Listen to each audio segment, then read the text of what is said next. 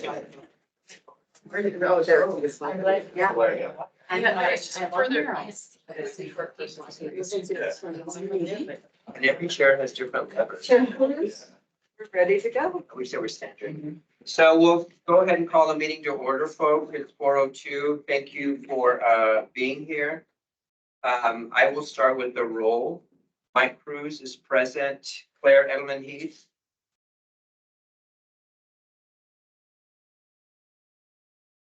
Anthony Garcia.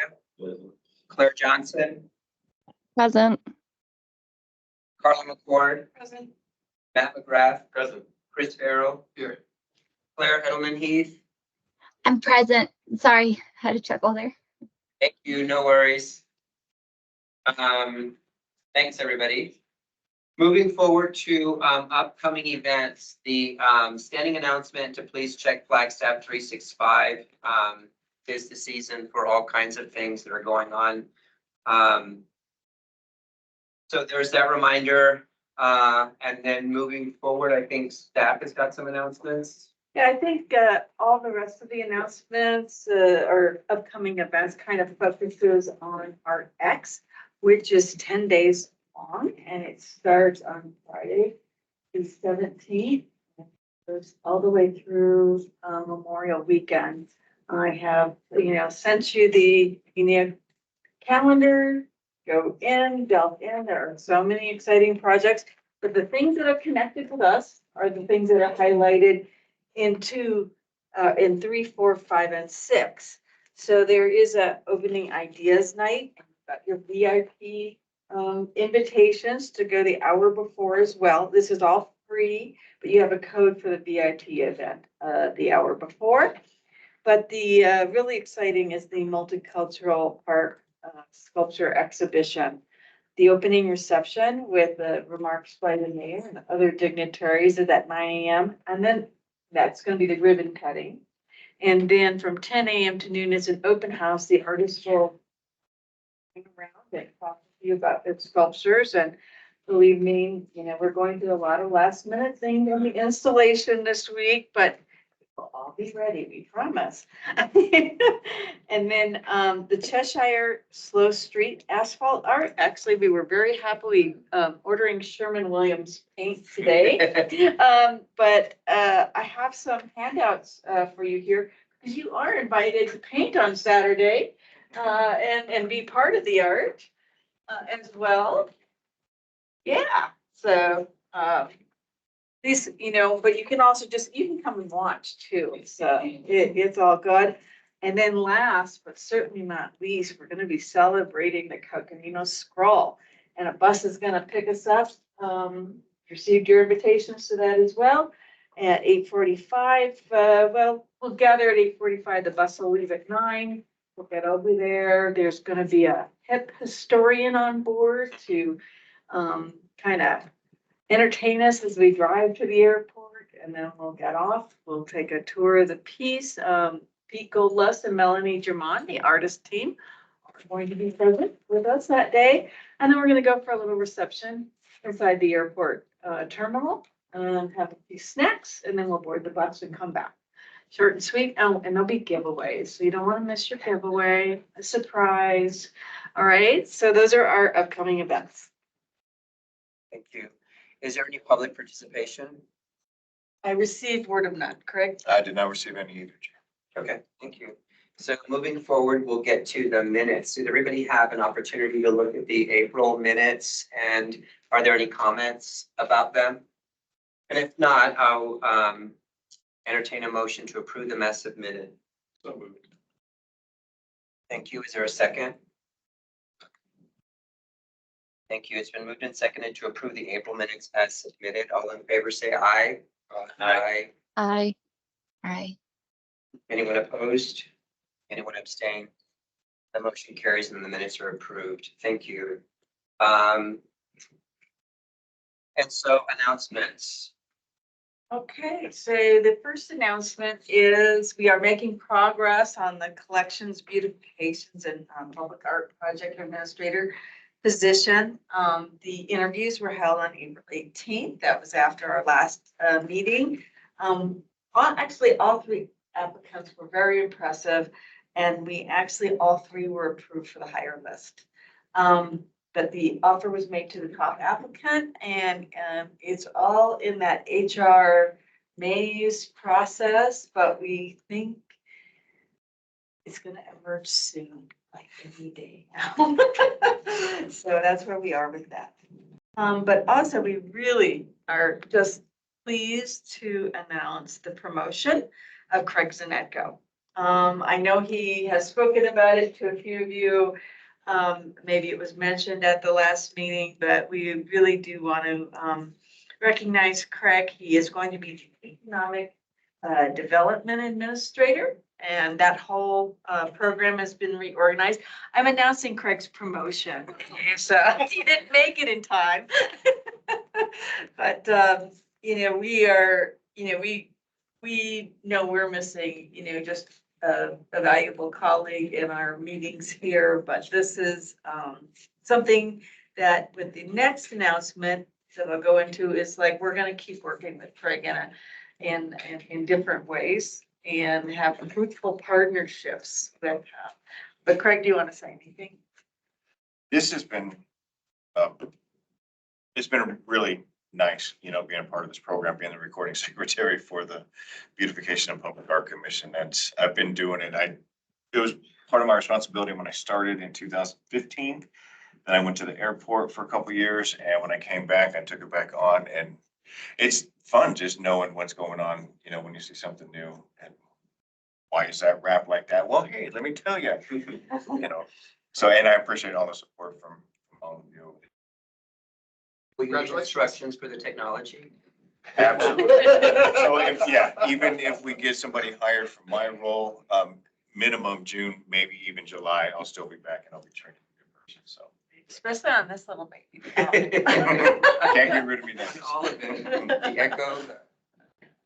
Thank you, congratulations. Thank you. And one of the first partnerships will be we're hoping, we have a summer intern coming on for June and July. And one of the things that this intern is double majoring in both economics and in art. And so therefore, we would actually like to focus her on a project with connecting to the businesses in the downtown, the south side, and Sunnyside, and also some of the strip malls along 66. We want to explain some of the benefits of our program, especially the DIA grants and the Flowers program, and look for ways to expand it. We also want to survey the businesses that already have some of these amenities to see how it's impacted their businesses. And some of that work will be done in conjunction with the Craig Zanetko. And so we're really excited about that partnership. And lastly, as my staff announcement is we have some commissioner terms expiring on June 1st.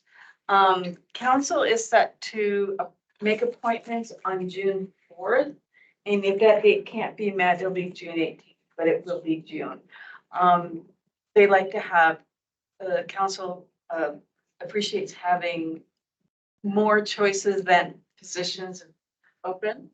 And a couple of people's applications expired. And so right now we're at 3 applications for 3 openings. And we are recruiting avidly some more applications. We're pretty confident that they're going to be there in time for the June 4th. And if not, the June 4th, the June 18th. So the existing commissioners, we do ask all of you, and I think I've asked you individually to please stay on in June. Even though you expire, the rules are that if there is no appointment, that you can remain a commissioner. So, and then we will also tentatively plan a goodbye celebration for a very long-serving and excellent Commissioner Garcia.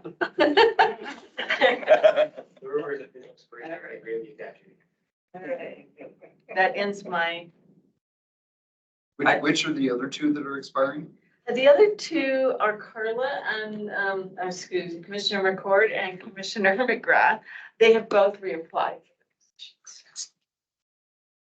The only announcement I have is that our executive director for the FSO is leaving at the end of May, and there's a hiring committee that I think brought 3 people to town. They were available at CCA for like Q&A with community members. Hopefully folks got invited to those. I wasn't able to go because of timing at NAU with end of semester stuff, but we are getting a new ED who is supposed to be starting at the beginning of June. So heads up if you were not aware of that.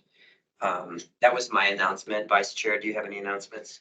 I don't have any announcements. Thank you. Announcements from other commissioners? And our council liaison? Okay. Great, thank you. So we'll move forward to the action items. Hey, it's time for beautification and action grant presentations, spring 2024. I'm very excited. And without further ado, we will welcome our first presenter, Jolene Rohrbacher. And Jolene, you will be at the head of the table. I do want to remind Jolene and those in attendance that again, you have up to 5 minutes for your presentation. And then the commission has up to 3 minutes to ask questions. I will be keeping time. I forgot my red flag today to give you a 1 minute warning, but I'll put my hand up and that means 1 minute. And then you'll hear the alarm go off. And we have everybody's PowerPoint presentations loaded. And I do believe, is there a clicker? It's in my desk. Okay. I'm sorry. So Jolene, you just tell us next. Okay, I got it. And for commissioners, we'll vote after all of the presentations, just FYI. Right, and as well as after item H1, and that is in, Oh, thanks for that. because we're gonna have Chris Rode present so that his discussion item before we take the time to do all the votes. Yes, I forgot. Thank you for that reminder. Jolene, are you I'm ready? good. Okay. Okay, hi, everybody. Good afternoon. I'm Jolene Rohrbacher. You call me Joe. Everybody calls me Joe, except my mom, Jolene. She loved Dolly Parton. I got that song sung to me a lot. Yeah, these are my watercolor cards that I do. I love night scenes. I love to paint night scenes. I paint in acrylic, watercolor, oil. I do murals. And I think I've been in Flagstaff for 30 years and we've raised our children here and they were born and raised here. We're all NAU alumni. And I love that one of Flagstaff's biggest flexes is that we're the first international dark sky city. You know, I think that's the coolest thing, other than Pluto, of course. That's super cool. But I love our dark sky association. And yeah, and this is a picture of me. I do murals and I love public art. And this is a mural I did last year in Sauce View, Mexico. I donated it to a migrant center down there and raised the money for the supplies and everything. And public art it's a love of mine. And so I would love to be able to present any kind of public art, but you get a lot of interesting comments during public art, especially murals. People have a lot of opinions on how you can do a lot better. And but for the most part, it's a good experience. I love doing public art. And so I love Flagstaff's iconic bird, the raven.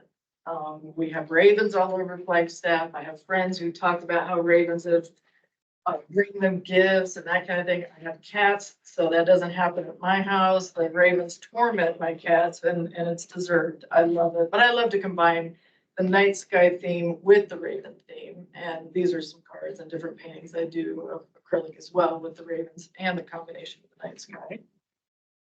These are the 5 images that I put together of ravens in the night sky of Flagstaff. And I thought they would look really beautiful on this utility box that's outside of Sonawa, not high school, middle school now, Sonawa High School. And it's a pretty big box. It has 5 sides.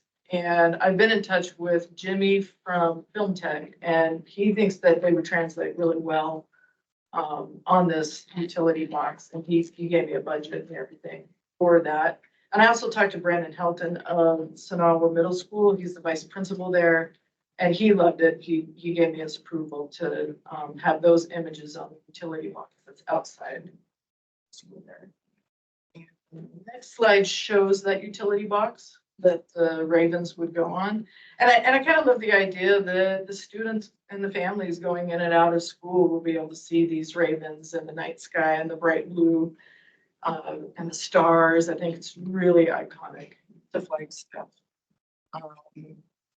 And that's me finishing up that mural in Sassavie. I had a little helper, you can see, he was great. And my Spanish got really good that couple of weeks that I was painting. And because I was the only non-fluent person there. So he helped me with my painting and my communicating with everybody there. And that's my email. And then my Instagram has all of my different artwork there, and anybody can go check that out if they want.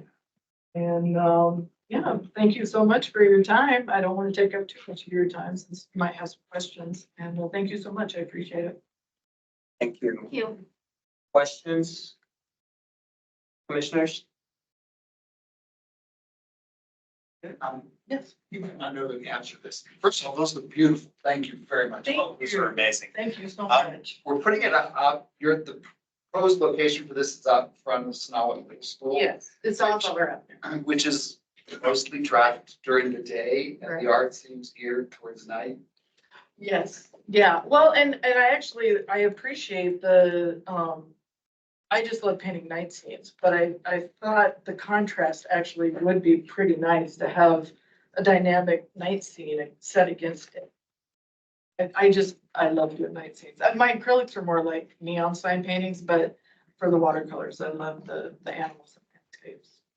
I had a quick question. I don't know how relevant it is with paint schemes and stuff. I'm not a painter, but would there be an opportunity to do glow in the dark, or is that too cheesy for what you're trying to approach? Well, no, I don't think it would be at all, but it would just be a matter of, it's the vinyl wrap Oh, yeah. from yeah, the true. Film Tech supplies. If they could do glow in the dark, which I could ask him for sure, I think that would be super cool. Maybe just the smattering of the stars. Yeah, with the stars, Just to kind of have something that kind of. even the moon, so that the raven could, stand out against that moon as well if it was glowing in the dark. I'll certainly ask Jimmy if he could, because Excellent. I would love that idea. I think that'd be great. Summer, thank you. Yes, thank you.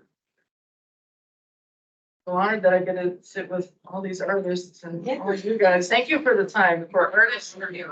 Oh, thank you. It's a big deal for artists to talk with other creatives. It's a good thing. Thank you so much. Thank you.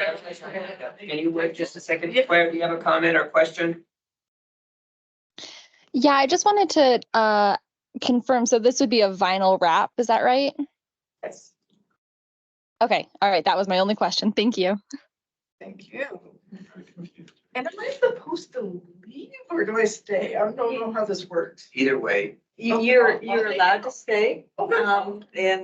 but if you want to leave, you can do that. Oh, no. Hang out with my fellow artists. It's a public meeting. Thank you so much. Thank you, Joe. Okay, our next presenter is Lonnie Kai Weiss, and Lonnie will be presenting virtually. Are you there, Lonnie?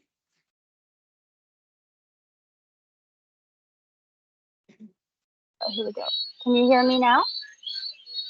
Yes. Hello? You Okay. are experiencing some feedback, Or is it for- or is that a bird?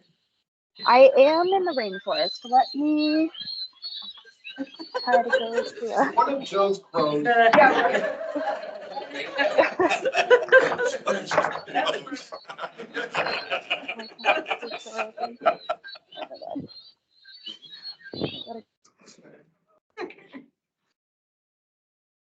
You're gonna miss us, aren't you, Craig? Absolutely, absolutely.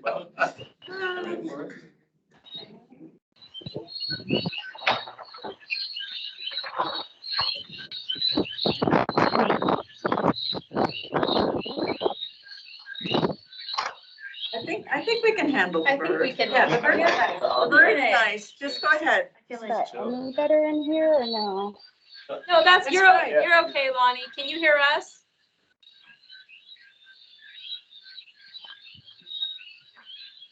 Can you I'm hear sorry, us? is it any better in here? Yes, Can you can you hear- hear me?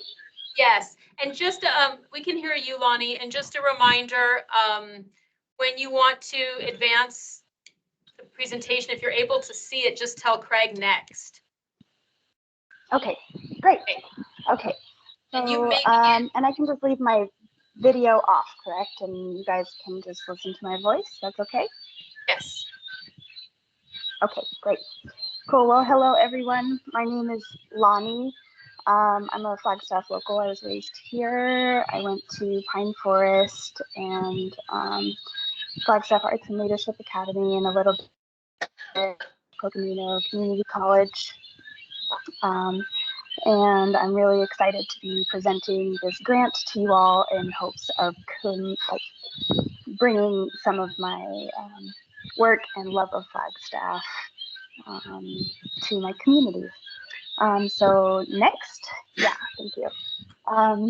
So my proposal is to do a mural at the East Public Library. There is a large white empty wall as you drive into the parking lot, and you can see it from 4th Street as well as you drive by. It's right across from what is now Pine Forest School as well. And it's just two empty walls that have so much potential, and I just think it would be really nice to give this place something really beautiful right at the front as people come in. So it's really two murals in one, and for my budget I'm asking, oh yep, you can go to the next one, that's fine. Yeah, so it's two big walls in one, so it'd be both of those. So the budget is as follows. I didn't know if you all needed to see that or not. That was included in my application, but I thought that might be helpful, and you all can ask me questions about that later if need be. Okay, so next.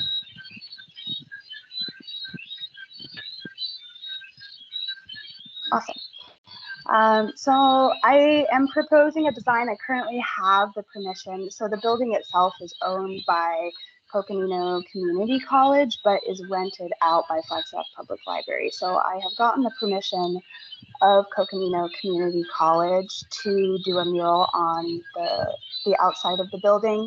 And I've communicated with people of City of at the public library. And she said she would love that and that we will be in communication as far as the design goes if I do indeed get chosen for this grant.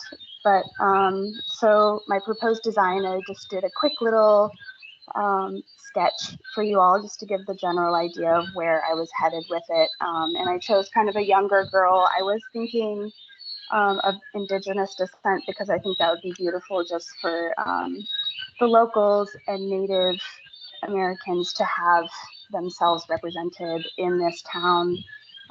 This was where they lived before us, and so I think that's important.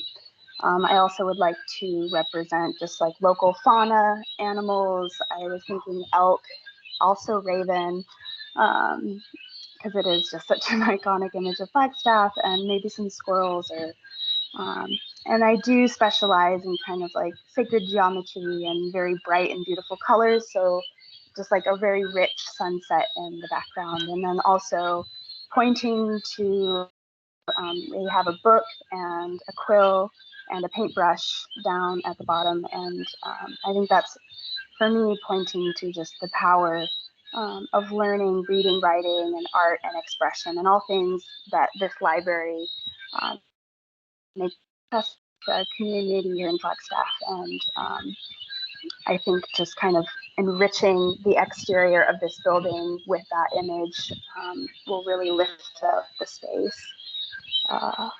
Yeah, okay, so there's my design. Next. So this is, I'm not sure if y'all can see it very clearly. It's kind of tricky with the lighting that is hanging in front of it, but this is a mural that I did at what is called Brown Bag Burger. That is in the student living community house, what's called the Standard. And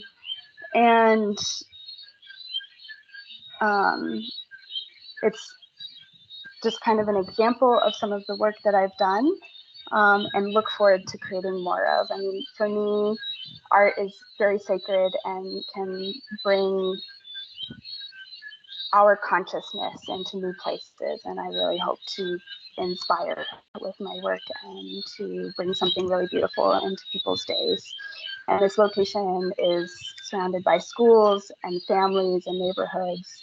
And I would really love to just add more art and more beauty to the east side, because it's, I mean, there is art over there, but I think it could really just use a little bit more love from the community. Thank you, Lonnie. so, You're at yeah. time. Okay, I'm done.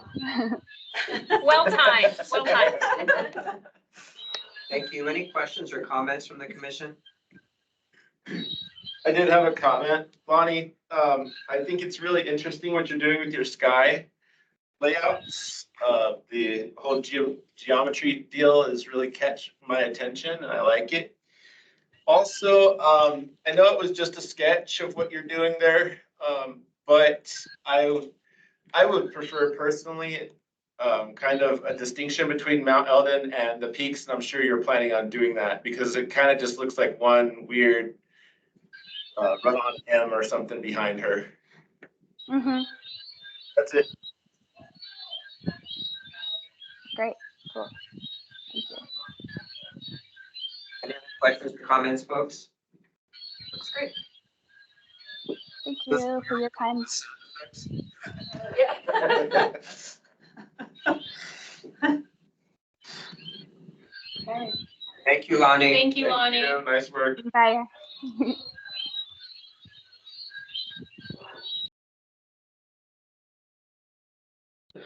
Just in time. I'm just standing outside the door for a little. Oh. All right, Manny, we're gonna have you, At the end? yep. Cool. Center. Okay, next up, Manny Hernandez, and he is presenting on a South Side art wrap. And he represents the Flagstaff Downtown Business Alliance.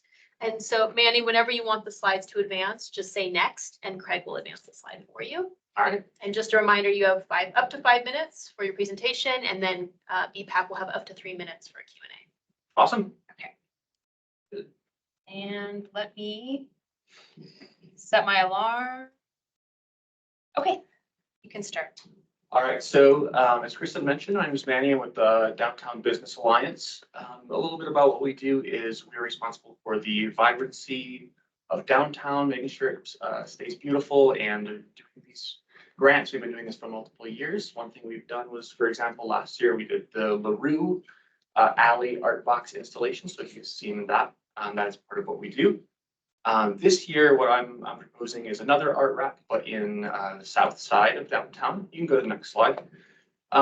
Where this would be in the Park Flag parking lot. So it's the public parking lot that is located just north of Lumberyard Brewery. It's right next to, basically attached to their building. One reason we want to do something in the south side is because it's been a historically underrepresented area. Generally, when people think of downtown, they think of Heritage Square, north of the tracks, basically. So we want to make sure we're adding vibrancy to the south side and keeping that space beautiful as well. How we're going to be doing this is we're going to be engaging the community and putting out a call to artists through our social media. We do have over 36,000 followers on our Downtown Flagstaff page, so we will be able to gauge a large audience. We've done this in the past and it has been very successful for us. So we're looking forward to doing that same thing, to be able to take submissions and engage the community by getting our local artists' art installed in Downtown Flagstaff. That is the utility box that's in question with some example art. That is not the art that will be on it in the end. It's just an example because we have not put out the call to artists yet. But you can see it's a pretty tall or a pretty large box. It's over 6 feet tall and over 4 feet wide. And people can see that on 66 north of the track south. It brings a pop of color to the area and another, like I said, another opportunity for artists to have their art in downtown. A little more in the area that it's in. You can go to the next slide, please. So that's the exact location. So I know it's a little bit hard to see, but on the left is the satellite, on the right is the street view. So you can see that parking lot that's just north of Lumberyard. And like I said, that is a public parking lot that is, the parking lot isn't itself owned by Lumberyard. You can go ahead and go to the next slide. So we've already received permission from Lumberyard Brewery to wrap the box. The city confirmed that Lumberyard does have the authority to give that permission. And we're working with the beautification staff as well to secure that APS permission as well. So we're expecting that to all go through. You can go ahead and go to the next slide again. All right, so our total grant request is for $3,394.96. You see that is very specific. The reason for that is because the printing and wrapping, we have a quote for that, and that is going to cost $1,697.48. And then the other half of that grant would go towards paying the artist. One thing that we do provide ourselves at the DBA would be all the maintenance moving forward. So if you've seen, like I said, our installations, so for example, in the LaRue Alley, it looks beautiful still because we are staying on top of it, making sure that anytime there's any graffiti on it, that it gets removed promptly by our clean team. And that comes at no charge to Beautification. So we're very excited to hopefully bring some more vibrancy to downtown, especially the south side, and continue this in the future. And I'll answer any questions if you have any. Manny. Folks, any questions? Go ahead. Annie, I had a question about the budget. What was the metric or the methodology behind the artists? Like, It was, since for the grant application, in order to put it in, only 50% of the grant could be put towards the artist fee. So that's exactly how I got that. So the 50% is the cost of the printing and the installation of the art wrap. And then that's basically the max budget that we have to pay the artist. We couldn't pay them anymore because there's no other cost associated with the grant. that's a question about the location. So I'm not exactly familiar with that box. Where, you said it could be seen by the north, from the north side of the track? Yes, if you are looking for it. Facing Yes. outcropping. So it's facing north. So I can point onto the map exactly where it's going to be. I thought I had this on here, but must not have made it to the final slide. So it is right here. You can kind of see it sticking out a little bit. Gotcha. But so I've seen it. So if I'm standing over on the north side of 66, I can see this box right here. I said it's over 6 feet tall and about 5 feet wide. So it's pretty noticeable from wherever you are.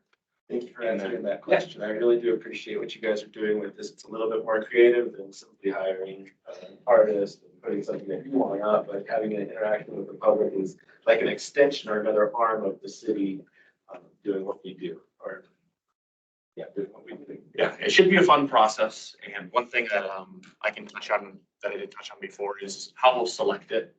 There'll be a panel from both DBA and at Lumberyard as well. We'll be selecting the artwork together after we get all the submissions. That's wonderful. Any other questions or comments? Just the obvious. First of all, great idea of putting something there where it's also visible, and your process sounds wonderful. I'd like to see the final art before I approve it. We'll make use that as a discussion as part of the approval process. Thank you. Thank you. Good job, man. Thank you. And I'm so sorry, my mom is going into a thyroid situation, so I have to leave a little early. So I just got to text me. Thank you. Thank you. Thanks very much. Thank you guys so much. Hey, good vibes to your mom. Thank you. Need it. Have a great I day. got you next. Thank you. Okay, next up is the Assistants League of Flagstaff. That's us. Okay, so presenting is Sue Borst and Joel Geist. So this is a multi-part presentation. And just give me a second to set my timer. I'm Sue. That's Anytime you're ready. Okay, you can go for it, Sue. Okay, Beautification and Public Art Commission, good afternoon. I am here on behalf of the Cedar Closet of Flagstaff. We are a nonprofit organization. We've been in Flagstaff for over 40 years. Slide, please. We have over 90 volunteers. And when I say volunteers, none of us get paid. We are volunteers. We just last year, for example, we were able to feed back into the community over $280,000 in goods and services. And that doesn't come easy. It comes from a little store in Sunnyside. It's called the Cedar Closet Thrift Store. That is how we support all of our philanthropic programs. Like I said, we are in the Sunnyside neighborhood. Our purpose in applying for this grant was we wanted a landmark so full of joy and color and happiness for the neighborhood that not just Sunnyside, but the entire town of Flagstaff would be proud of, and it would be theirs. Next, please. So let me show you. This is, so many people don't know where we are, but I'll try to help you here. This is Cedar Avenue, the main street going this way. This is Northwest Street. Safeway on Cedar would be right over here. This white building down here is the Assistance League of Flagstaff. Next. Coming closer to the building, this is our wall that we're proposing to have a mural painted on. Currently, obviously nothing's on there. It faces north. Anybody coming down the street and it's going to be treated to this mural. Next, please. We are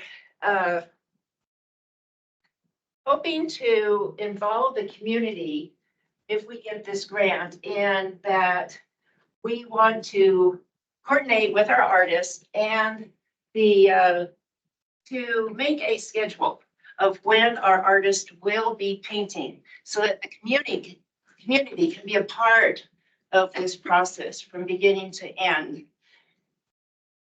We were very, very fortunate because our chosen artist has captured the essence of what the Assistance League of Flagstaff is. He captured our joy and our commitment to the community. And so hence our mural is called Be Generous. Now, if you will, I would like to announce our mural artist, Joel Geis. Hello. Yeah, I'll just take you guys quickly through how we came to that because, you know, coming into a mural project, it could be anything. So you start with the canvas. I believe there's another presentation of my slides, but I also have it here. Yep, I'm getting there.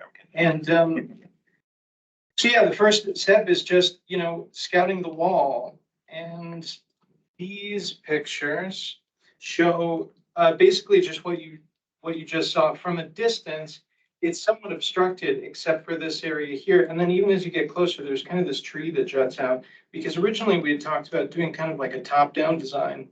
But after doing some more scouting, especially distance scouting, realized that this top corner is kind of obstructed. Plus there's like a security light there. And so that led to the focus being here. There's also a truck there sometimes, which doesn't have to be there. And that's part of the, it probably won't be right there. But even if it is, from all angles, that part of the wall is still very visible. So that's how we got to the composition, the overall composition. The next step was storyboarding. All I did was meet these beautiful women, and they are great. And we had a talk, and they didn't really know what they wanted, and they didn't want to prep me with too much because they wanted to know what I would come up with. And this was just the puke of ideas that came out after meeting them. Of forest trees, you know, they were named the Cedar Closet because they were on cedar, but to me, they are a giving tree, and that, you know, is a lot of the idea. So after this, I did a whole first design that has since gone in the garbage. But what came out of that was another meeting with these beautiful ladies where we were then able to discover what we were liking and what was really working. That's a Celtic tree of life. That's a lily. That icon is just about giving and about love. So I'm gonna interrupt you real quick. Yes. You're at time. Okay. But That's for the commissioners, if you'd like to extend the presentation, allow them to I'll extend make the a presentation. motion to extend the time. I don't. 2 minutes. Need a second and then Yes. vote. Yes. Second.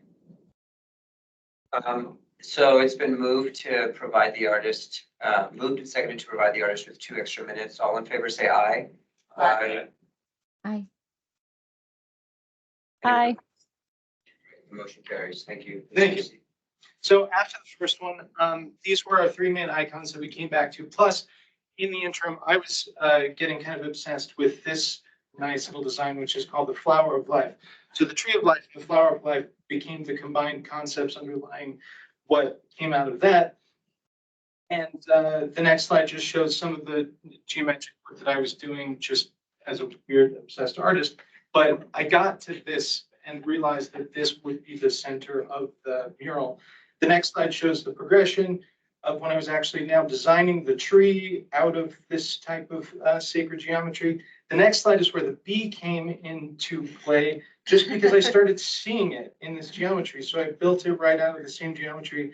And that came back to the ladies, and they really love the bee because they think of themselves as these, busy bees. They're these volunteer workers. The whole place is run by volunteers. So they are the bees that are represented. The next slide shows the progression of the overall design, sticking with that central circle focus point.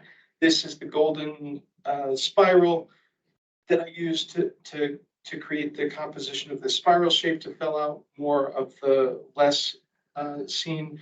This is sort of the pollen, as I've been calling it, built out of the same sacred geometry. And this was the final design I presented to them, which all they really wanted to change was to shrink the bee because I made him huge. And so they were definitely correct, and I shrunk the bee, and that's where we're at. Thank you. Thank you. Lovely. Commission, any questions or comments? I love Cedar Closet. You folks do fabulous work. Thank you very much. And in fact, I got this for $3. And that wall is the perfect place for a mural. Mural is. Thank you. Claire, do you have your hand up? Yeah, so I love this. I think this is a great idea and I love your design. I did want to mention the bee that's on the left with his little stinger out. Does look maybe just like a tad aggressive, but that is just me personally. That is not a criticism. I just wanted to maybe put that in your ear. But I love it. I think it's great. Thank you, Claire. Any other questions or comments? All right, thank you. I'm just gonna add, I especially love seeing the process. Thank you, Joel. Oh, yeah. Yes. Yeah, it's a pleasure to see the process. Thank you. Okay, next up, we have La Plaza Vieja Neighborhood Association. And they are presenting on reviving La Plaza Vieja.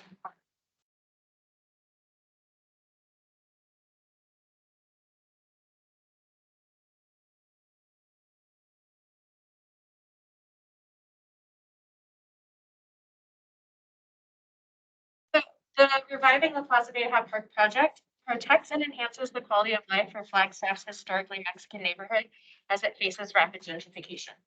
So the Neighborhood Association is working with La Plaza Vieja families, local nonprofits, Niños del Desierto, NAU professors, and NAU students, and current K-12 teachers to preserve and teach about the vibrant history of cohesiveness and resilience. So the project will install bricks engraved with La Plaza Vieja family names that will connect to a website that will house their stories as well as culturally responsive lessons. So Jesse Dominguez, the Neighborhood Association president, has spoken with multiple city departments who are excited by the project. The pros director, sent an emphatic letter of support, and the city's heritage preservation officer, Mark Rivas, has also reached out to me to offer his full support after speaking with Jesse. So the project aligns with the regional plan as well as the city of Flagstaff's neighborhood plan. And the neighborhood plan explicitly states that, quote, La Plaza Vieja is on the verge of a period of reinvestment. The specific plan for La Plaza Vieja is designed to help ensure that as reinvestment occurs, La Plaza Vieja's culture, history, and values are recognized and residents benefit from it. In fact, the past semester, university students I worked with piloted some interview questions for this project. It was a really great opportunity to foster community. In fact, one of the students is a resident of La Plaza Vieja, and he was able to gather stories from one of his neighbors, which was a great experience. I've also spoken with professors in the College of Education as well as the English department who are excited about students contributing to culturally responsive lessons in the website. And so the bricks will be installed by the neighborhood association. And on that picture on the right, it's around that memorial for Judge Cedillo and then that flag. And right there, right now, it's currently dirt. And Mark Rivas, that picture on the right, he added that like markup to see what it might look like. That center picture is also from Mark, and it's from a project he did that was similar in Montana. And then the one on the left shows that you can see it's actually at the entrance to the main entrance to La Plaza Vieja. Below Clay is where Natural Grocers is, and then on the corner of Florence and Clay to the left outside of the picture is where that Montessori Elementary School is, where the sign announcing La Plaza Vieja is. And right at the corner of that side is the sign for La Plaza Vieja Park. And that square in the center of that left picture is where the site is.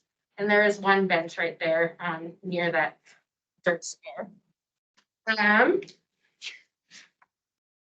And so the project adds long-term value to the neighborhood through preservation and celebration of Flagstaff's historically Mexican neighborhood with generative value added through offering culturally responsive lessons. Long-term maintenance of the site will be fostered through sale of commemorative bricks offered for purchase. The grant will cover engraving 50 family names decided by the neighborhood association. And then Mark suggested we leave room to expand. So we'll offer with blank bricks. So we'll offer opportunity for people to purchase bricks with family names and timelines or dichos, which are educational sayings.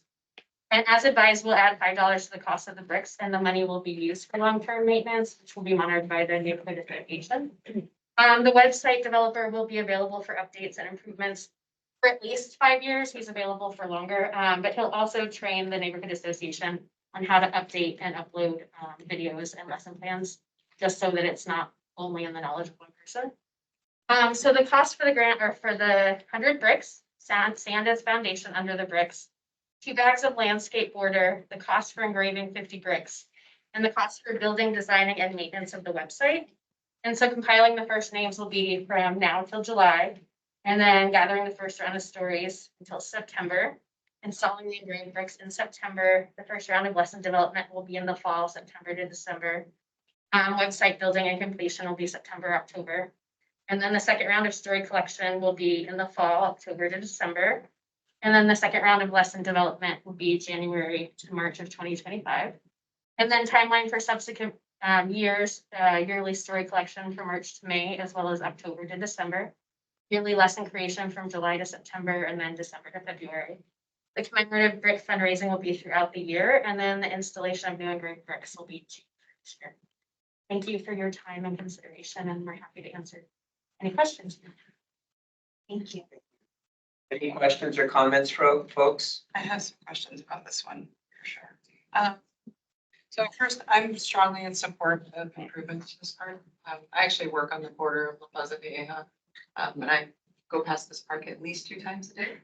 So it's a really excellent location for improvements. And actually, I see Claire has also turned on her camera, and I suspect she's also got some questions about this. And my question is actually related to like the long-term future of this park. Okay.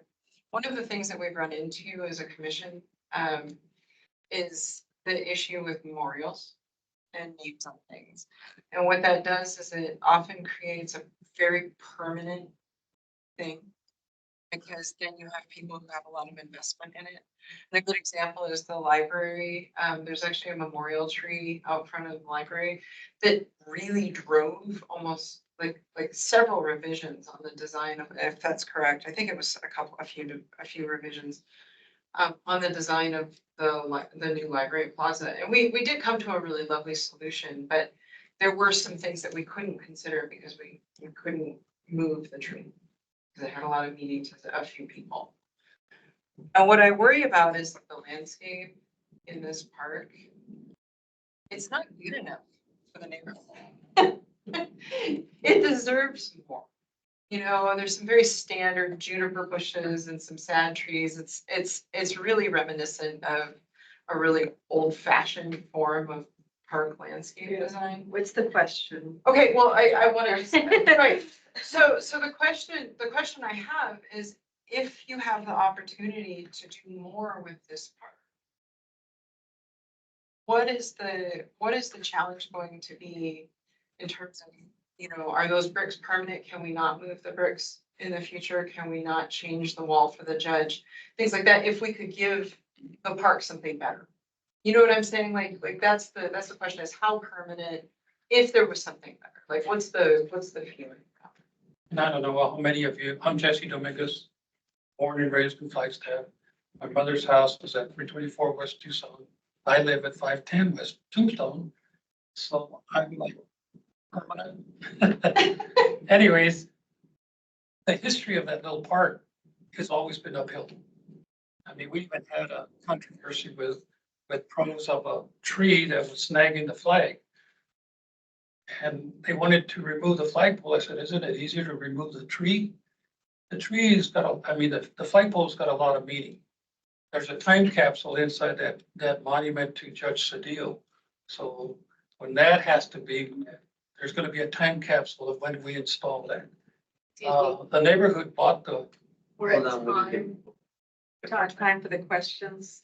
So yes, Is there a motion one more time? I'll move to make a, give it more time, 5 minutes or 6 minutes. Okay. Yeah, I'll second the motion. It's been moved and seconded for 6 more minutes of conversation. All in favor, say aye. Aye. Aye. Anyone opposed? Aye. Okay, unanimous, thank you. Anyways, the history, it was the Easy Mills Knitting Company parking lot. That's what it used to be, a long time ago. And the neighborhood grassroots, we finally made it into the La Plaza Vieja neighborhood. And so it's always been an uphill thing, but believe it or not, the sign that was there, we fought for the sign because Parks and Rec threw it in a dumpster that was made by John Anaya from Sunnyside with his son Matt. They engraved it. Well, now it's across the street over there by Montessori School. And there's one on top by Old Town Springs. So I guess what I'm trying to say, it's always going to be changing and there's always going to be a challenge. And I think I'm trying to answer your question. Nothing's forever. Okay. Nothing's forever, but I think as long as the neighborhood's alive and kicking and we're grassroots. I mean, we got $4,000 in the bank right now that the county gave us. We raised the money to buy the pole. The American Legion gives us the flag to fly it. And so, I mean, there's a lot of buy-in from the community, not just the city, not just the county, but everybody even the transient people come and salute the flag. So, I mean, to me, it's a neighborhood park. And the pros director wrote that, in her letter, that she was excited for more enhancements for the space for that. and I'll have, during the action item section, I'll have a little bit more information. Okay, great, thank you. Claire, did you have a comment or question? Oh, yes, just a comment, and it's related to this discussion that we've been having, and since I have the floor, I just want to say I think this is a really nice tribute and would be a great way to reflect the families and community in this space. I see that you're recommending sand, and I am a real proponent just as a landscape architect outside of this role and doing sand set for these types of things so that the individual unit that people touch and hold could be used in other settings. So there's two types of ways to install them. It would be sand set or mortar set, which is a thick concrete piece. And that would make it where you would really have to destroy the units to take them out. So I really just wanted to confirm if you had already had sand set in mind, and if not, recommend it to you so that they could keep having a life and not have to be recreated if the park did get redesigned in the future. Yeah, it was planned for the sand set, and I think that either came from you or Mark, but yes, it was planned. Thank you. Answers my questions. I have a quick question. I think we might have discussed this as a group, but on your guys' behalf, I don't see any money allotment for signage. Is it just because you didn't have enough money for that? Or- We just hadn't designed or developed signage. In terms of the connection to the website, we hadn't decided on, I think, talking to Mark, the Heritage Preservation Officer, and him helping with his insight on where that should be. But to start, it was just to access like a QR code to access the website, but it hadn't been decided how to set that up yet. We wanted to consult with Mark about his thought. Just some food for thought. And also, I'm real happy with this. The idea of putting names in the ground is kind of an old idea, and it kind of fits in the old neighborhood. So even though we're kind of harkening back to this 40s to the 70s timeframe of where this was a popular thing, I think it really fits the time. I like it a lot of things. Thank you for the history lesson on the flagpole. Thank you. Thank you. Thank you.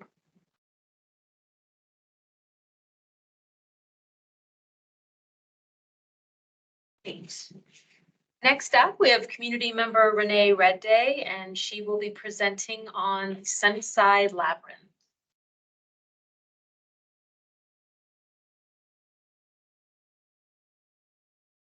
There, Renee Redday.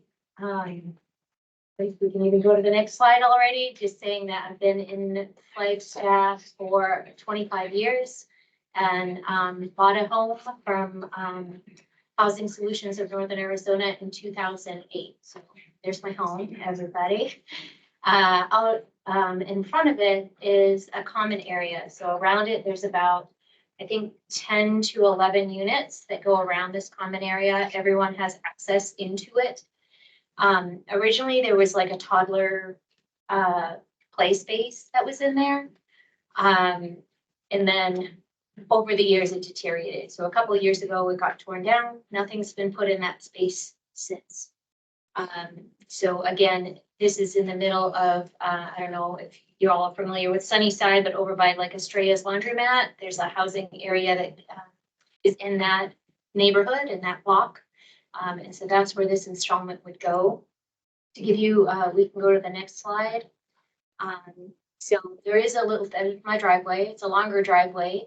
And the next slide shows like where you entrance the park. So if you go, down that little driveway and into this spot, that's that same view of where the labyrinth we're planning for it to go.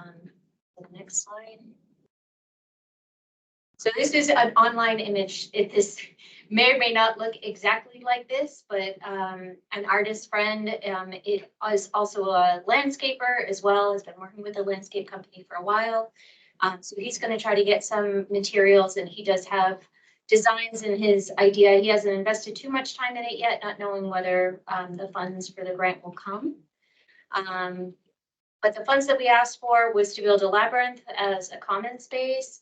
Put in a few benches and a few potted flowers, and just to make it a more welcoming space for the natives and public to come and explore.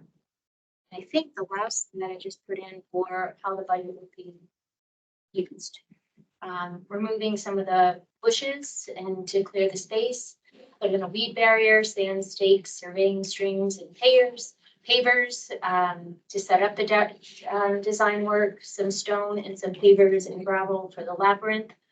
And like I mentioned, some potted plants and a wooden bench could be out there. definitely open and allotted money for there to be a display plaque to be put closer to the street where I showed you where that driveway begins. That's where our mailboxes are. So there could be a sign that was there that said to share the intention of the project, really to build community and set a space for some mindfulness in stressful times. Where the funds came from, so from the city, and Brandon Rawls is the artist. So to make sure we have those on there. Brandon put in a stipend for himself, and for me, there's a really small stipend. But just use the bonus to make sure that I monitor the budget and keep Brendan on task too. I have checked in with a few of the neighbors, especially for visiting hours, knowing that we would like the public to come in and see. And so I have talked to a few, not all, but they were open to have visiting hours potentially from say like 10 to 6, like daytime hours, just so that we don't call the space open past dark. So yeah, so I was doing it kind of as just something for our little neighborhood. It's changed a little bit, our block, the folks who originally got those first time home buyer houses and who's in those now. Some of them are affordable rentals as well. So there's been residents that have changed too. So it'll just bring a nice way to bring us together and a unique opportunity to share the space and hopefully create some mindfulness. Thank you, Renee. Yeah. Any questions I can answer, folks? Questions or comments, folks? So is it a public space? It is actually Housing Solutions of Northern Arizona space as the common area, but I believe Kirsten talked to Devana from BOPANS and they used to be BOPANS. They're Housing Solutions of Northern Arizona. Has granted the city access to that space for 5 years. Yeah, so the chief executive officer said that they will grant a non-revocable license for 5 years for public use. And that they will also, they're open to determining those public visitation hours as well, based on the feedback that they receive from the residents. And then, and we can discuss this further too, legal is okay with the project to proceed, almost as like a secret labyrinth or a secret garden to be enjoyed by the public. And these were the items the legal recommended that we pursue. And so we did that on the back end. That was the sign and the license. The revocable license and the public visitation hours. Housing Solutions of Northern Arizona said they don't want to pursue the sign. And so, you know, we leave that up to BPAC at this point. Like that's, and I communicated that to their CEO that ultimately, like whether or not if you want that sign, then, you know, that was your decision, and then we would go from there. Well, the sign's not in the budget. Question? There's a small, I mean, I think it was 80, I'd have to look here. It was like $80 or something like that. I just did a rough estimate of what the sign, the display plaque.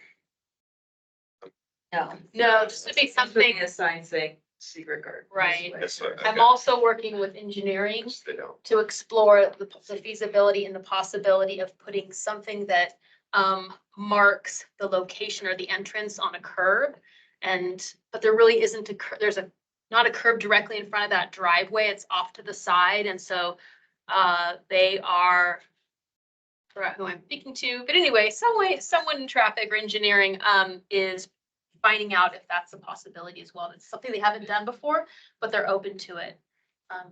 Right, but that's not in the budget, so somebody else is gonna pay for it? That I don't know. I'm just finding out. Okay. And if signage was something that BPAC wanted, then I'm trying to find out all of the options to provide to you. But no, it's not. that could also switch. I mean, I think I honestly, I did think that I budgeted for it, but now as I'm looking, it isn't on there. I mentioned it. Oh, post and plaque. Dedication. Yeah. I did. I don't know what it would cost, so I ballparked it as thinking of creating the sign, putting it on a post, and cementing it in, I think I put aside about $200. We're at There's time more with time. questions. Did you have a question? I did. I was just, Call for more time. oh, yeah, okay. I want to make a motion to have 2 more minutes set aside for one more question from me. Second. It's been moved and seconded for 2 more minutes. All in favor, say aye. Aye. It's Anthony. Okay.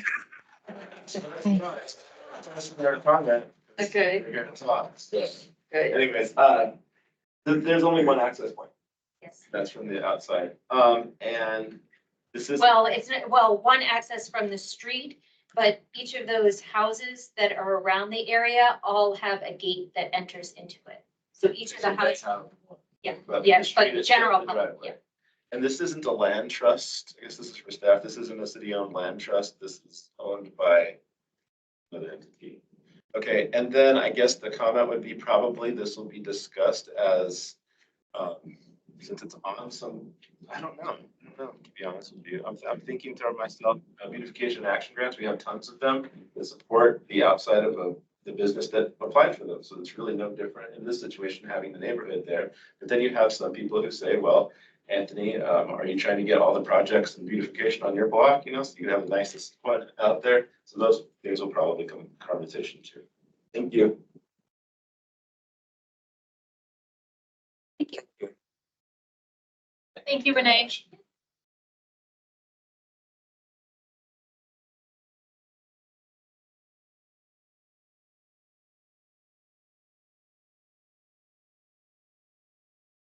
And then our final presenter, she is traveling as we speak. She is on a plane, so I am presenting for her. I'm presenting for Jillian Sander, who would like to pursue an art wrap at Fort Valley and Mead Lane. Set my timer.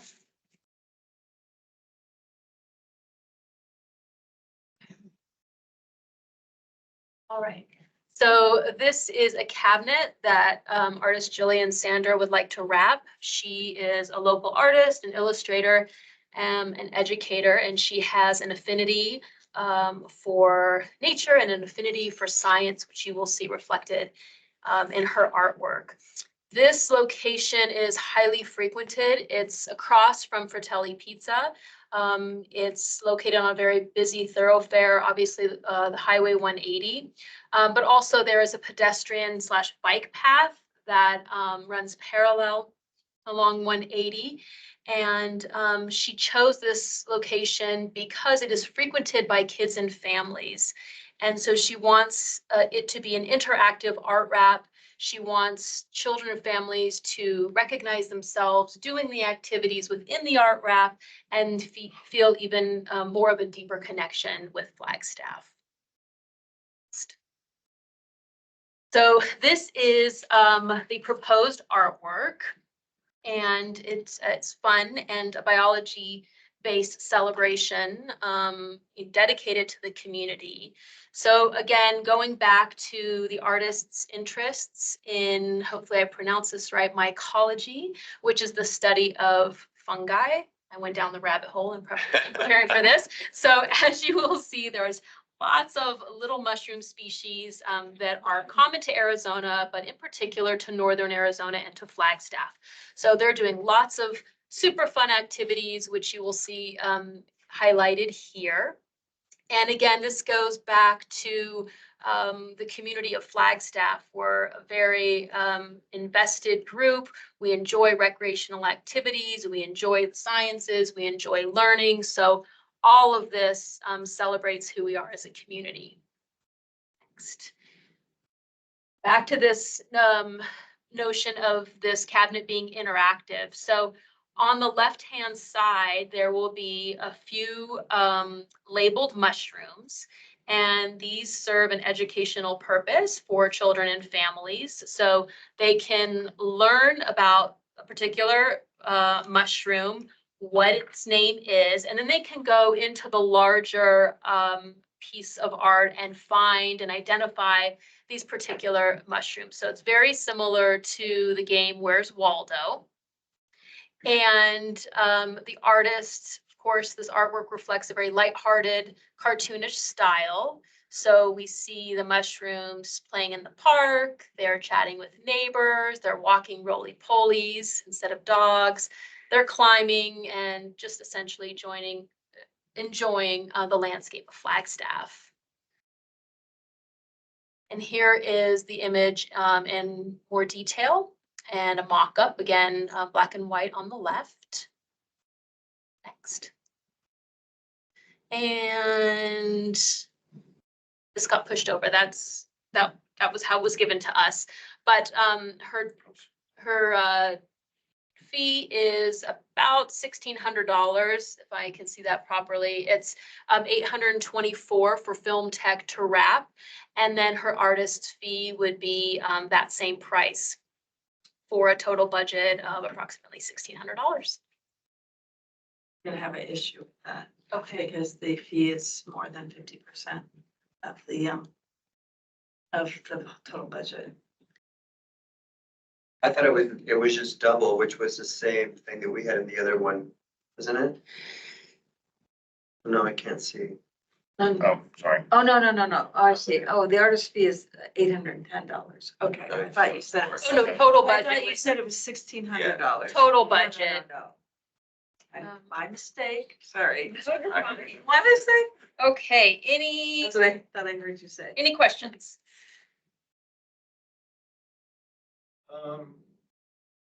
We're gonna discuss this one again or no? Because if not, I'll just make a quick comment. As you all know, when it comes to pictures of mountains or anything else that we have in the natural landscape, usually I throw a fit about it. But the longer I am here and the more I see new development happen, what these artists are doing, in my opinion, is giving us the last vestige of what we're gonna see of those mountains. We start developing things that are, where we can't just look over our shoulder and see it anymore. So it's an ode. It's an ode to the mountain, and I really appreciate the art and the interactiveness. Any other questions or comments? So this is the final design, because I don't think it's what we saw last month, right? I think last month we just saw examples of her work. Last month, I think she had a black and white, she had that in her proposal. Okay.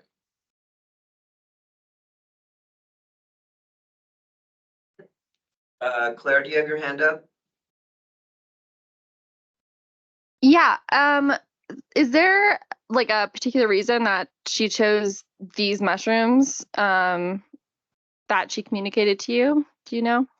No, but I can certainly communicate that to her, or when in the discussion. If you. Okay, yeah, these are not super. I'm like very into the mycology scene in Flagstaff, and these are not common ones that we have. Okay. We do have the puffballs, and we have it looks like an Amanita muscara, the little toadstool, but these are not common in this area. Maybe she chose them because they're cute. Yeah. They are cute. They are cute.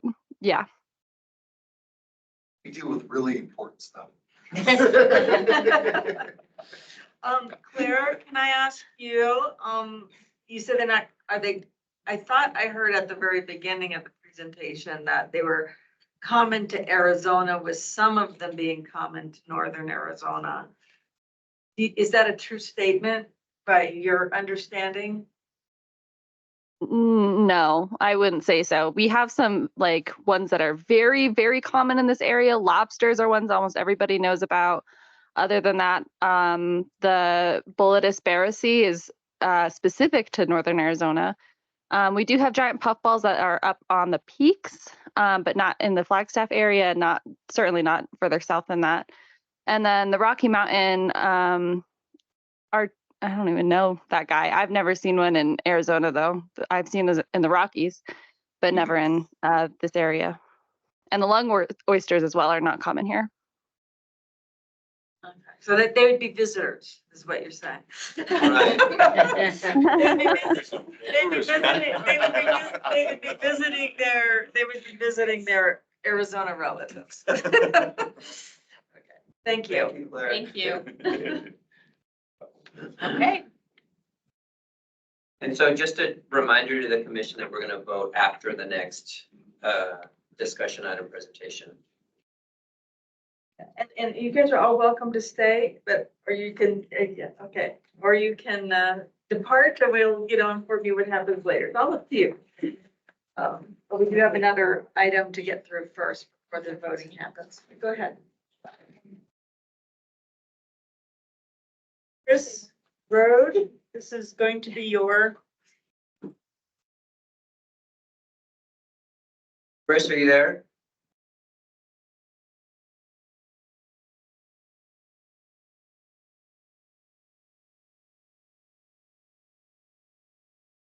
Do you mind shooting an email to Chris real quick? Hi, I'm sorry. I'm here. I'm here. I had Okay. to run outside for like 15 seconds and I thought, I hope they don't go to me right when I'm. So sorry. So is this me now? I'm sorry. Yes, it is. Hi, good afternoon, Chair Cruz and members of the commission. My name is Chris Rohde. I'm a management analyst in the Public Affairs Division. I'm here today on a project that started as a fair item and was approved by council, and we're moving forward with it. Essentially, we are looking to create a new logo for the city of Flagstaff for our organization. Currently, it's the logo. It's circular. It's got the mountains in it with an elk and a little stream, and then a large United States flag coming out of it. I can actually pull up a. It's on the corner of your agenda. Perfect. Yeah, it's. I'm sure you've all seen it once or twice. Okay. It's a logo that is often mistaken for our city seal. It's not our city seal, and that's actually something completely different. But it resembles a seal, and it's one that we've had for several decades. So through a fair item, City Council gave direction to go forward with a process that we're going to look to redesign this through. And essentially, the way it's going to work is we're going to form a small 5-person working group that will be each member will be a representative of a different board or commission. So we're looking at initially we've selected 5 that we're reaching out to right now, which is you all and Beautification and Public Art Commission. It's the Commission on Diversity Awareness, the Indigenous Commission, the Historic Preservation Commission, and then the Employee Advisory Committee, which is a member of city staff as opposed to a volunteer commissioner. But we think that at least initially to see if those 5 groups are interested. We have some backups if any of those groups or if any of you guys are not interested in participating. But our goal would be to convene a working group that would meet about once a month and would oversee the design process.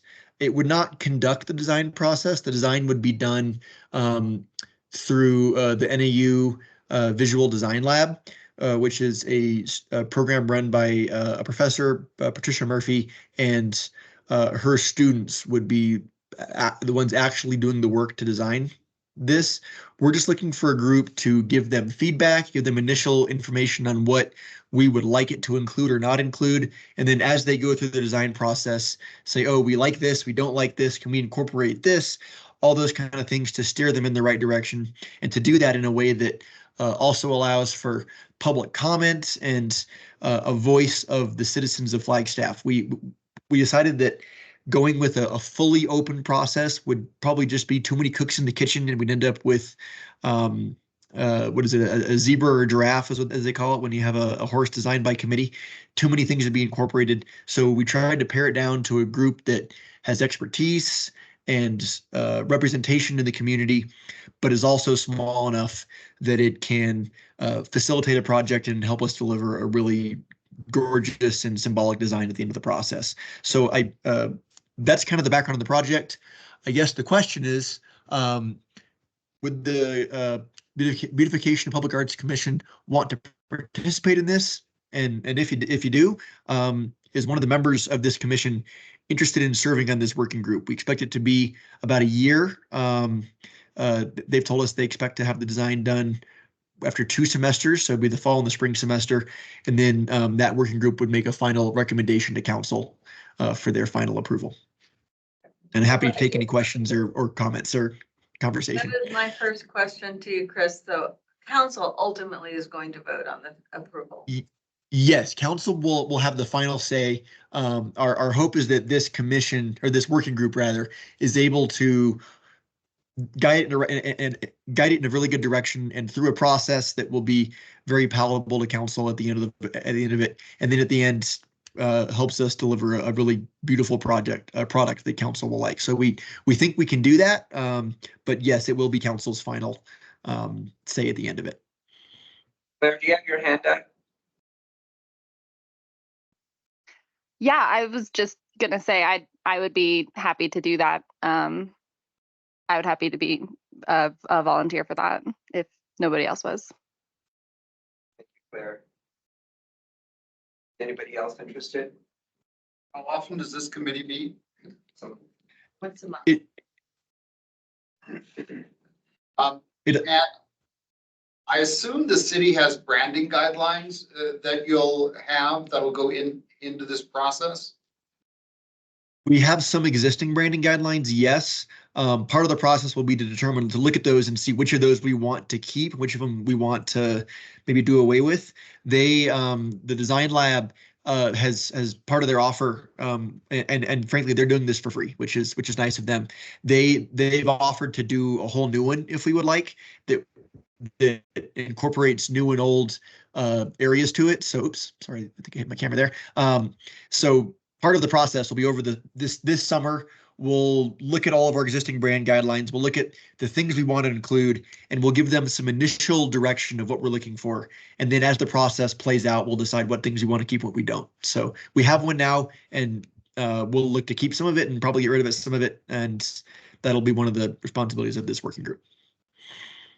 So, can I ask Commissioner McCord, because I know that you were concerned when Chris first came to this about a few months ago, I can't quite remember when it was, about there not being a designer. Does the NAU Visual Design Lab satisfy your concern? They do excellent work. And it seems to be pretty strongly guided by the leadership within that design lab. So I think that anything that came out of there would be really great.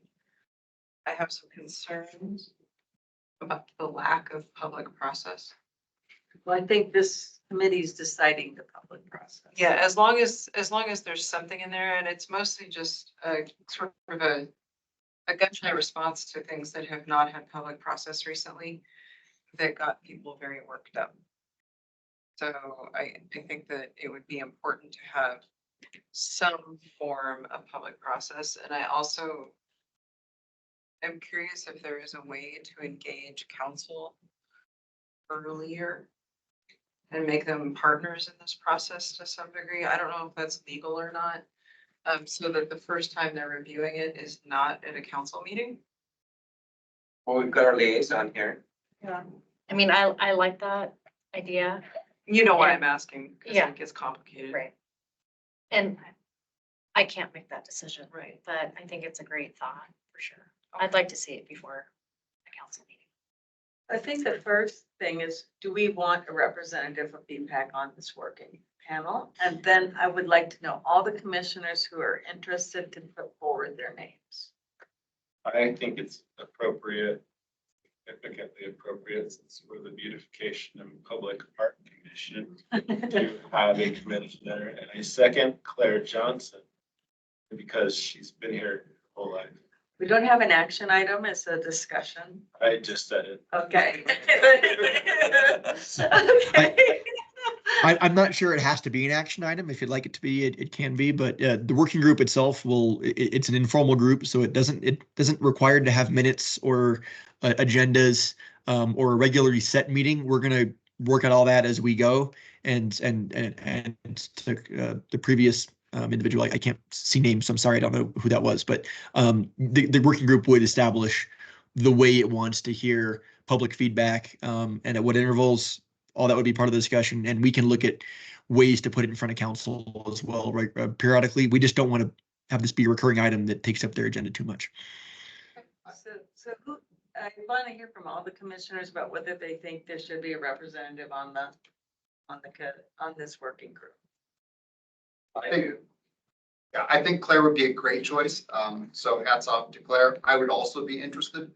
I would, I've gone through corporate branding exercises and a logo is the finished product after a lot of stuff happens. So I would, to do this right, I agree with Carla that there's a process here. And if it takes a long time to do right in a corporation that doesn't have to worry about a public process, then we do and should.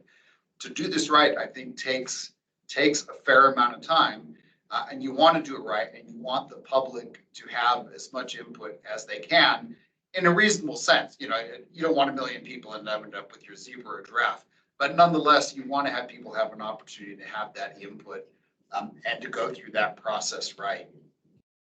I also agree that it's probably important to have somebody from the commission on the committee. I will vouch for the NAU group. I just sat through their redesign of the FLP stuff. They also did the FALA identity.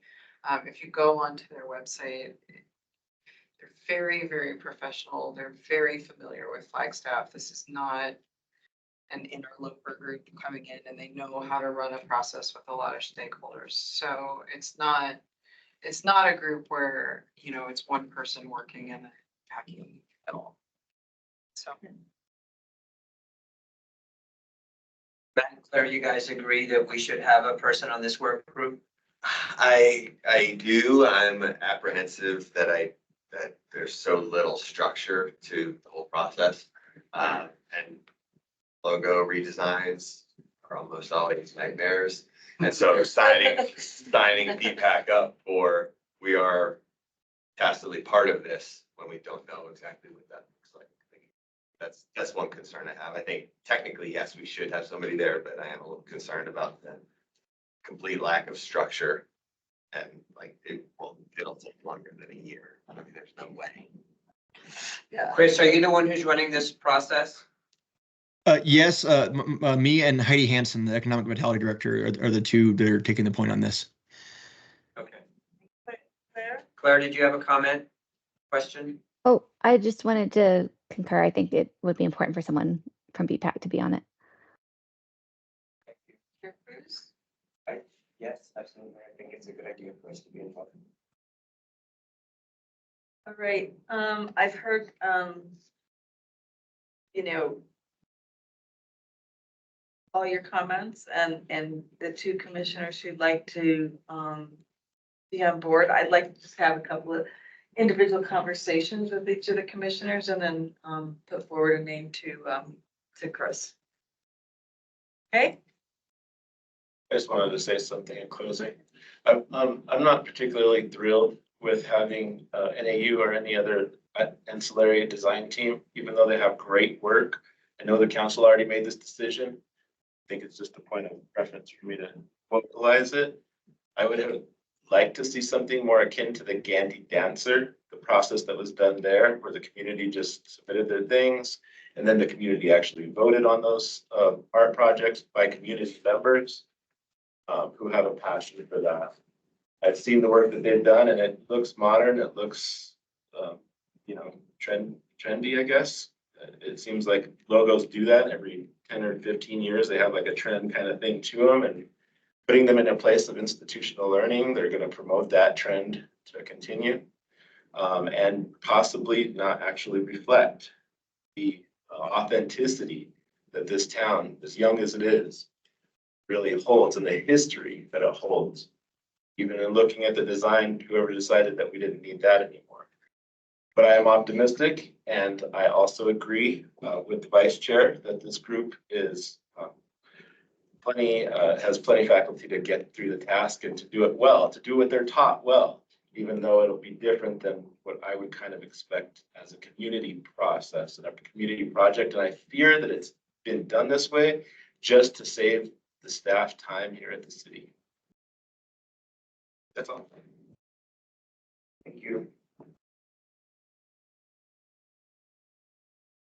Thank you, Chris. Okay. Any other questions for me? No, I think that's it. No, thank you so much. That's All where. right. Thank you. I appreciate your time. Thank you so much for letting me address you today. Hey, Chris. So now we go back to G1. Do do we want to handle are we gonna vote on each individual one? Each individual one, and remember, you can just give a full approval, right? You can give a provisional approval. The applicant would need to come back to BPAC with the required element. Or you can give a contingent approval, and that means that they come to staff with whatever is outstanding, because, it may be like just the APS permission, which staff is actually working on getting.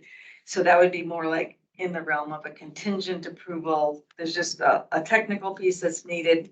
You're satisfied with the grant, but a provisional would mean that there's something that you want to see. And then a full approval is like, no, we don't need to see anything else. Let's go. Okay.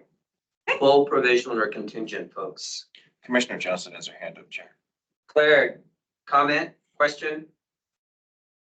Yeah, I just wanted to ask, is there a number of how many of these that we can approve, Jana, or do we have the funding for all of them? We have the funding for all of them. Sweet, thank you. Okay, so the first one is Jolene Rohrbacher. Is there a motion for full provisional or contingent approval on this? And any further discussion? Right. I motion to approve it as is. I'll second. Thank you. It's been moved and seconded to approve this first one as submitted. All in favor, say aye. Aye. Aye. Anyone opposed? Anyone abstain? The project is approved. Thank you, folks. The second one is Lonnie K. Weiss. Is there a motion for full provisional or contingent? I'll make a motion. Motion for full. Thank you, Matt. And Claire, which Claire was that? Johnson. Thank you. Moved and seconded to approve the second mural. All in favor, say aye. Aye. Aye. Anyone opposed? Anyone abstaining? The motion carries and the project is approved. Thank you. Moving forward to Manny Hernandez, the South Side Art Wrap. A motion for a full provisional or contingent?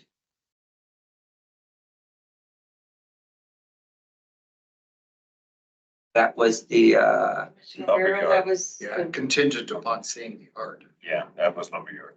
contingent goes to staff. Did you want to see what impact to see it? Yeah. Okay, then it's provisional. Oh, okay, yeah. Is that what you want? Yep. Okay, I would second that. thank you, Claire Johnson. So there's a provisional approval for the wrap, the Southwest Art Wrap. All in favor, say aye. Aye. Aye. Anyone opposed? Anyone abstain? The motion carries and is provisionally approved. Thank you, folks. Moving forward to Sue Borst, the Be Generous mural. Full provisional or contingent? Motion to approve in full. Second. Thank you. It's been moved and seconded to approve the Be Generous mural. All in favor, say aye. Aye. Aye. Anyone opposed? Anyone abstaining? The motion carries and the mural is approved. Thank you. La Plaza Vieja, motion for full provisional or contingent. Making a motion to approve it all. Before we vote, can you expand, because I thought some of your questions were really good, Scarlett, about the future of that park. I mean, I realize that this might be seed money for further beautification in that area, or My questions were just more a thought exercise, just to understand, if for some reason they find funding in the future to do more with this park and make more with this park, but it's not even on the list for long-term projects right now. Right, it used to be on our list. And we had a discussion. We went on our list, but Parks finally told us, like, they have no project planned for that park.